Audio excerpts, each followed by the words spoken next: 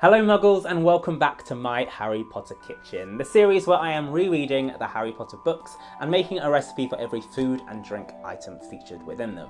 If you missed last week's recipe for our giant Krispy Kreme donuts, check out the link down below to catch up. But it's another Magic Monday, so I've got a new recipe for you.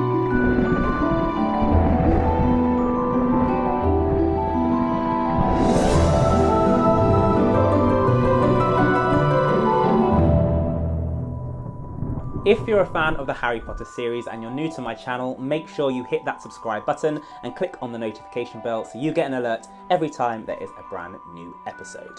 But before we get back into the story, let's catch up on where we were last week. So Mr. Dursley is having quite a weird day at work. He decided to nip out at lunchtime to get himself some sweet treats from the bakery. He wanted a bun going in, left with a donut. Never go shopping when you're hungry, but let's see what happened next. Right, so it sounds like Mr. Dursley's day of weirdness is carrying on in a similar fashion. He's starting to hear murmurings of the Potters, Harry, or it could have been Harvey, but he's trying to block it out of his head. As he's on his way home at 5 o'clock, he notices that weird tabby cat again on the end of Privet Drive. But it's time to catch up with Mrs. Dursley. She seems to have a pretty nice and normal day.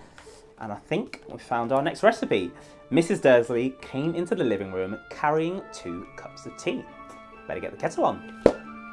For this recipe, you will need some card in assorted house colours, some disposable tea bags, 1 tablespoon of Lady Grey loose tea for each bag you want to make, and some flavours or botanicals to add in.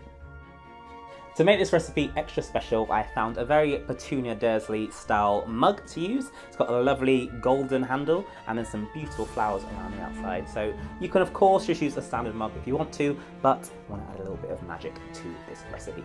Speaking of magic, I'm showing some house pride by using different flavours to spice up our tea bags.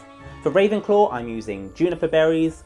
For Slytherin, I'm using cardamom seeds. For Gryffindor, pink peppercorn. And for Hufflepuff, I've got some hibiscus. To begin, you want to make your lightning bolt tags by drawing out your lightning bolts onto your card and then cutting them out. Pierce a hole through your lightning bolts and then set them aside.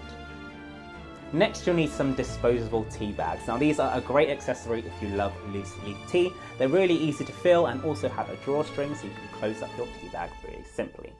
Now of course you can choose to fill your tea bags with any variety of tea you like, but I've gone with Lady Grey because it's probably the closest to Aunt Petunia's personality. It's light but also a bit crisp and it's got a nice sharp citrus edge.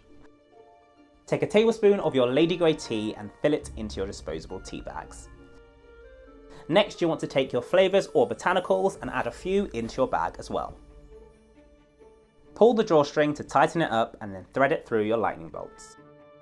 Tie the ends together, cut them into place, pop the kettle on while you finish filling up the rest of your tea bags. Now, Lady Grey tea can be made with or without milk. I prefer mine with a splash, but of course you can make this recipe to your liking. Pop the kettle on and then place a tea bag into your cup.